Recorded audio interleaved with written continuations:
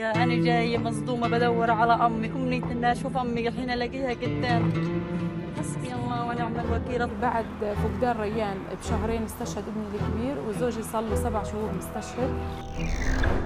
Well, I think anybody who has been looking at the news for the last 2 years will instinctively know, common sense will tell them that it is you're dealing with an extremely dynamic environment where we know that there must be about 10,000 bodies of Palestinians that are under the rubble, where access is a major issue.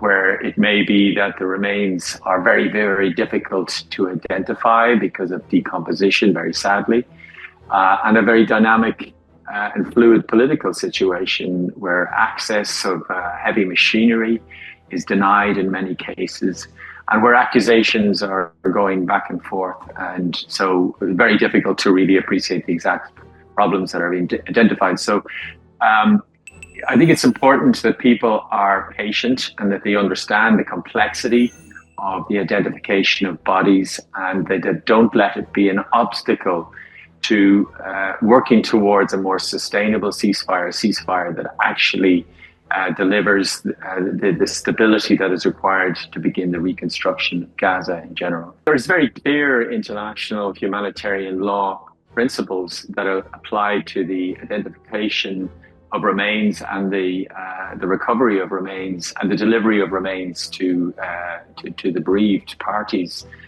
This has been in international humanitarian law for many decades, but of course we have to understand these principles in the actual physical context of what's happening in Gaza and the ongoing situation. So the Geneva Convention is very clear that the parties to a conflict have to return the bodies of deceased, those of deceased in a conflict immediately. They have to make sure to take efforts to identify the location of remains, and all of this has to be done as quickly as possible. So that's the basic outline of the international law requirements.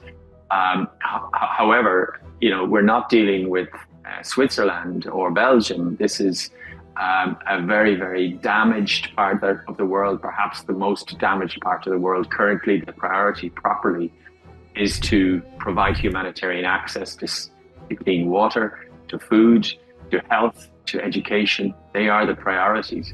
However, in the context of the ceasefire, it is important at the same time that every effort is made to identify those remains. I think we have to remind ourselves that this is a long process. And I can say as an Irish MEP that for at least a decade after the end of the conflict in Northern Ireland, continuing efforts were made to identify the bodies of what were known in Ireland as disappeared. And even to this day, sadly, there are remains that have still not been identified. So I think it's important that not just the parties to the conflict and the bereaved families, but also countries like the United States and the European Union understand that this is a long and complex problem that requires patience, and that it should not be used as an obstacle to a pathway to peace. And ultimately, I think it's a pathway towards Palestinian self-determination. This should not be placed as an obstacle. I think there should be a degree of understanding and patience about it.